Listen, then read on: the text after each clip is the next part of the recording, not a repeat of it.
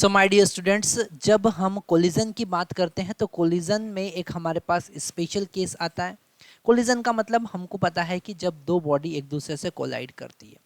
Okay, एक body m1 है, दूसरा बॉडी m2 है, पर क्या होता है जब एक बॉडी रिजिड वॉल हो। ओके, वही केस हम आज देखने वाले हैं। आज हम बात करेंगे collision with rigid wall. Okay, कौन सा केस हम देखने वाले हैं? हम बात करेंगे collision with rigid wall, with rigid wall. अब यहाँ पर हम कैसे इस कॉन्सेप्ट को समझेंगे? ओके, तो हमारे पास में एक रिजिड वॉल है ना, ये एक रिजिड वॉल है। रिजिड वॉल का मतलब हम समझ गए हैं कि इसका इनिशियल और फाइनल वेलोसिटी जीरो होगा। मतलब कि अगर हम इसको सेकंड बॉडी कंसिडर करें तो फाइनल वेलोसिटी भी जीरो है और इनिशियल वेलोसिटी भी जीरो है। Okay, before and after collision हम लिख सकते हैं बिफोर एंड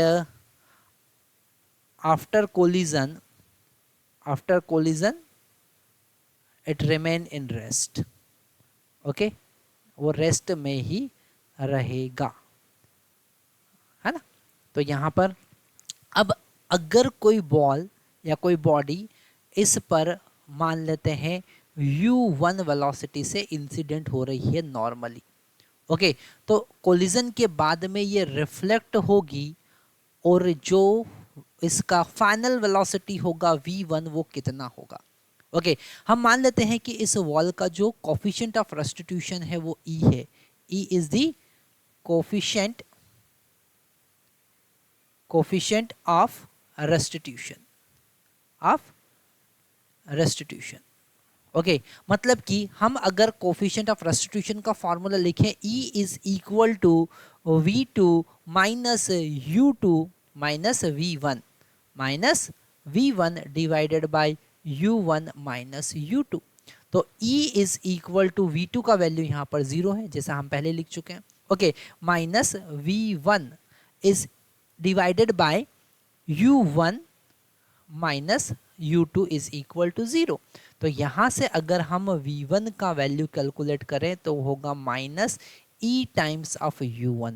ओके, तो यहाँ से एक इम्पोर्टेंट कॉन्सेप्ट हमको ये समझ में आता है कि क्या कॉन्सेप्ट समझ में आता है कि अगर कोई बॉडी रिजिड वॉल से कोलाइड कर रहा है तो वो वापस से रिटर्न कितनी वेलोसिटी से आएगी? u1।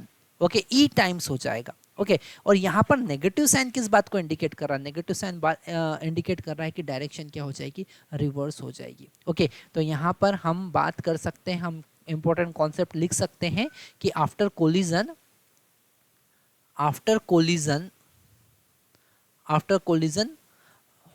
velocity become E times, velocity कितना हो जाएगा? E टाइम्स हो जाएगा। ओके, वेलोसिटी E टाइम्स हो जाएगा। पर यहाँ पर अगर परफेक्टली इलास्टिक कोलिजन है, अगर यहाँ पर इलास्टिक कोलिजन है, वहाँ पर E का वैल्यू कितना होता है? 1 होता है। तो ये वाला केस हमको लिख लेना है, स्पेशली व्हेन इसका स्पेशल केस हम देख रहे हैं, उसमें हम बात करेंगे इलास्टिक कोलिजन की। किसकी बात करेंगे? इलास्टिक कोलिजन की। अगर इलास्टिक कोलिजन है तो क्या होगा?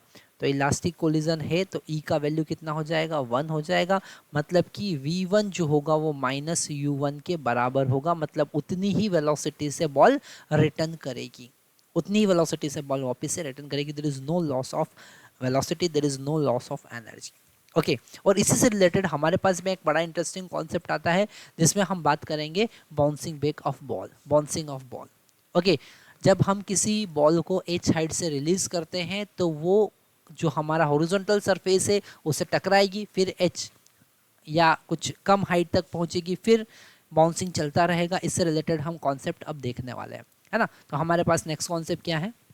Bouncing off ball.